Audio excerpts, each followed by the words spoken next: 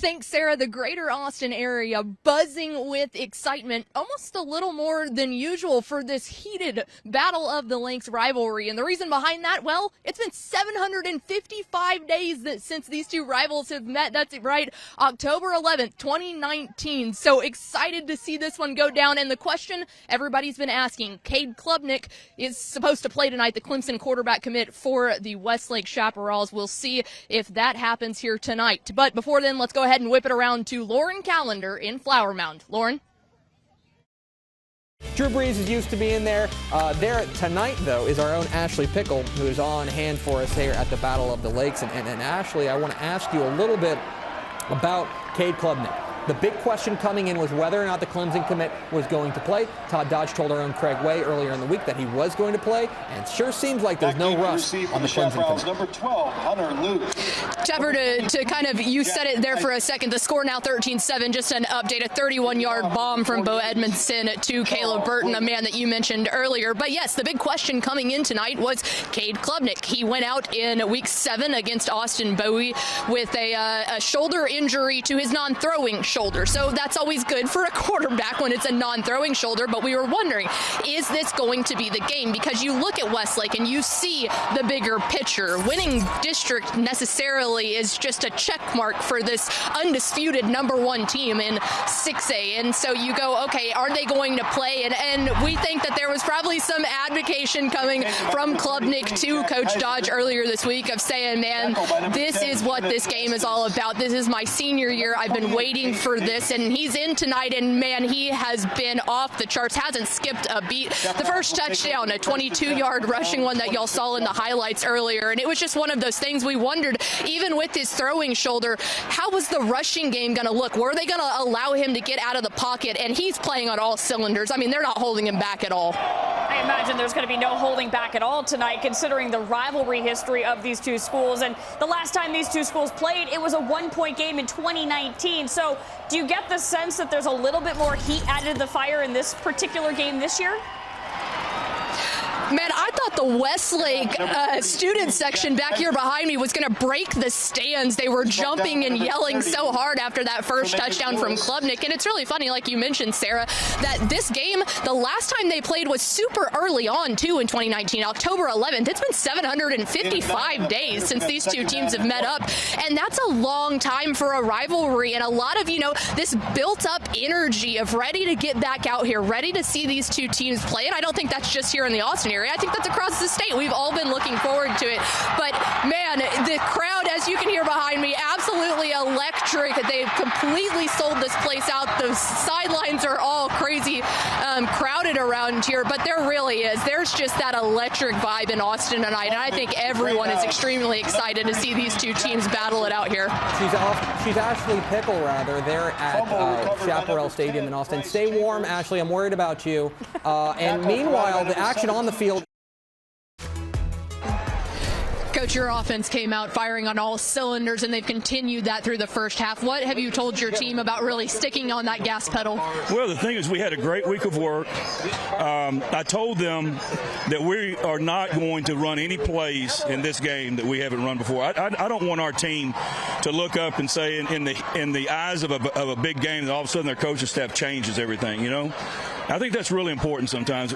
Different wrinkles, different looks, but our kids are really executing the game plan on all three phases pretty well right now. Coming out in the second half, your defense is up first. What's the message to those guys at halftime? Tackle number 4. That's the biggest thing we've got to do. They're going to get their completions. They got a lot of talent at their wide receivers. Their quarterback's accurate, but we got to do a better job of tackling Derek this second half. I appreciate it, Coach. Thank you. This is a team that has a lot of success. And there to talk about it is our friend Ashley Pickle, who is live on the sideline there at Chaparral Stadium in Austin. And Ashley, we knew this Westlake team was good. I think the whole state is finding out tonight, especially at full strength, just how good this Westlake team can be. Well, Tepper, those dorks over there at Dave Campbell's Texas Football, they've had Austin Westlake ranked as the undisputed #1 team in 6A all season long. And we've always known they're good. I think everyone in the state, like you said, when you hear Austin right now in these times, you think Austin Westlake. I don't think we realize just how well-oiled this Austin Westlake machine is until tonight. What they're doing to Lake Travis is just profound. I mean, they can come out here, operate on all cylinders, on all three phases of the game, and never miss a beat. And that goes back to something that Coach Dodd told me at halftime. He said, you know, we wanted our kids to know that just because this is a crazy big rivalry game doesn't mean that we're going to start switching things up. We do what we do, and I think that speaks so much to the success that Coach Dodge has had here at Westlake, and specifically with this team. They don't worry about this crazy rivalry aspect of the community hyping it up, the fans hyping it up. They stick to their X's and O's, and it has been completely apparent tonight. And if they're going to keep going like this, you can say it right now, we'll probably be seeing them at AT&T Stadium later on in December, Tep. You know, I think that's a pretty safe bet considering just how dominant of a performance they're not only showcasing tonight, but they've showcased so far all season. But this is not to take away any of the credit or the talent on that Lake Travis team, because there are a few bright spots, including that running back, Derek Johnson.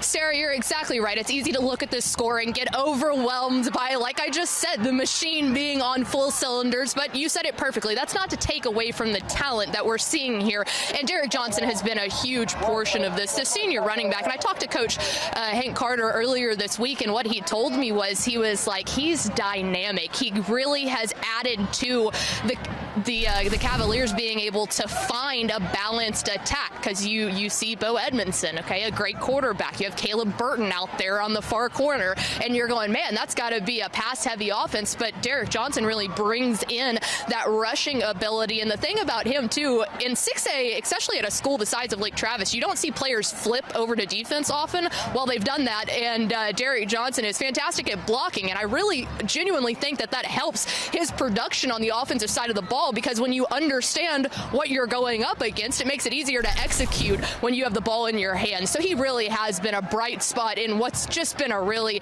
upsetting night for Lake Travis so far.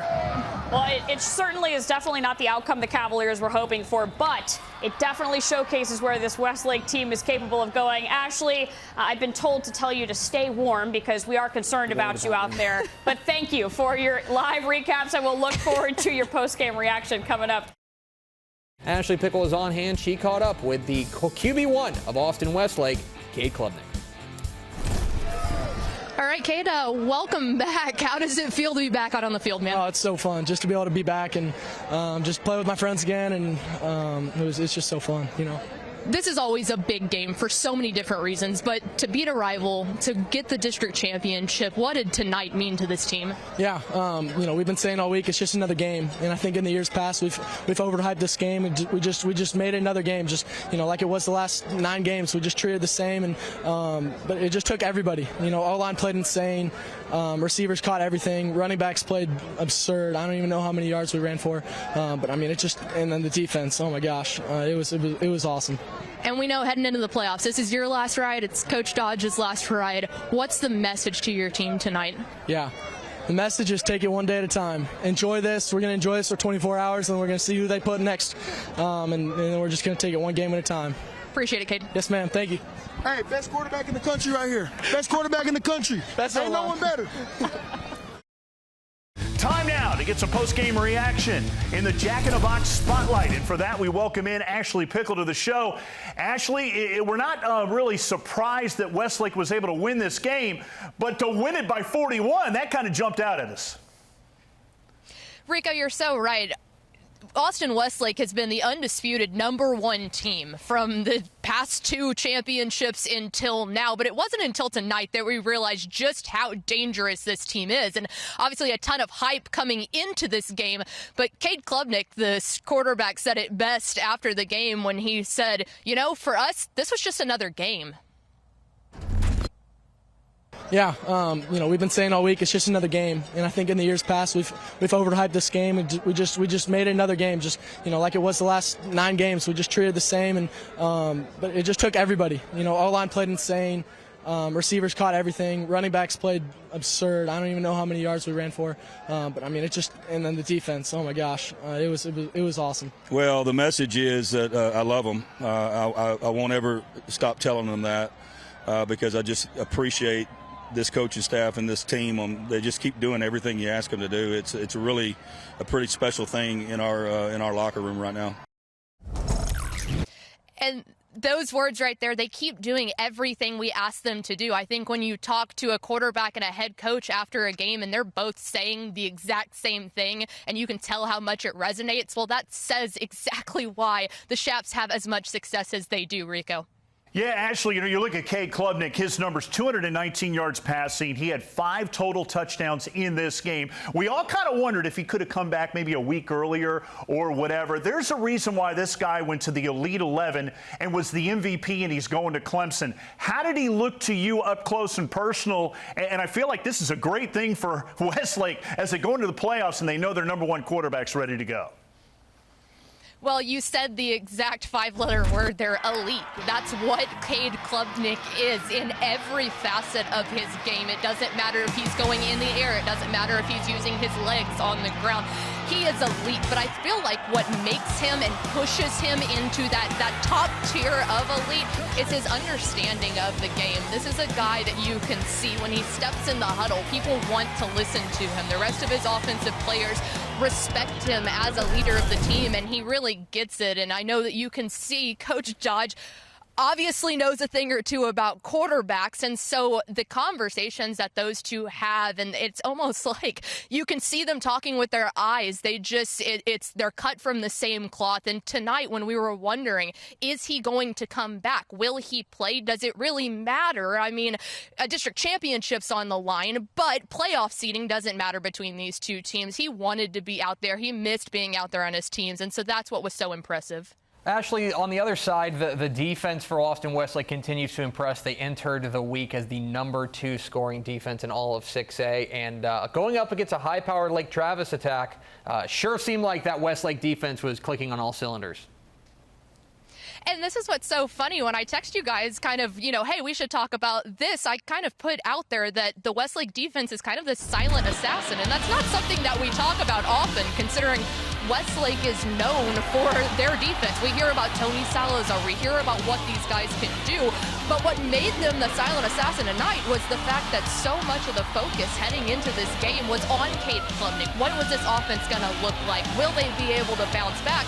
Meanwhile, the defense is out here just absolutely sticking to the X's and O's, getting the job done, and they just genuinely go out there and understand what Tony Salazar expects from them. There's never any level of confusion. There's never an anticipation of if things are going to go right. They go out there, they do their assignments, and they do exactly what they need to do. So it's funny when we focus so much on the offense heading into this week. Well, guess what? Westlake defense, just like they always are. Yeah, and you look at Tony Salazar, he definitely looks like he's the coach in waiting there. It shocked all of us in the offseason that Todd Dodge announced his retirement, but what a way to go out, possibly winning 3 in a row. And I kind of wonder, does this get your juices going again, that maybe you want to come back for yet another chance at winning a state championship? Because this Austin Westlake team, it really looks like it's the team to beat right now in Division II. Totally the team to beat in 6A Division II, but I think Coach Dodge is still very in on that same track of this is his final rodeo. You could kind of see it there in that shot that we showed earlier of the question with Coach Dodge. It was, Coach, this is going to be your last rodeo. Has that really started to sink in with you? And he got a little teary-eyed there on us. But I think that the thing that says it all is, actually, I had talked to Coach Dodge at the beginning of the year. Congrats on the retirement. Are you excited? Are you ready? And he said that Cade Klubnik and the entire senior class, well, they got sad, but they perked up because they said, you know what, Coach, you're graduating with us. We're taking you out, and we're going to do it and go out on top. And that's their whole goal is the seniors want to go out on top. Westlake wants another championship. They can see that picture of AT&T Stadium back in the forefront of their vision. And every single person on this Westlake side, they want to see Coach Dodge go out on top. And boy, does it look like they could do that, Rico. She's Ashley Pickle. See her fine work at TexasFootball.com. Ashley, thanks for your coverage and braving the cold out there. We appreciate your courage.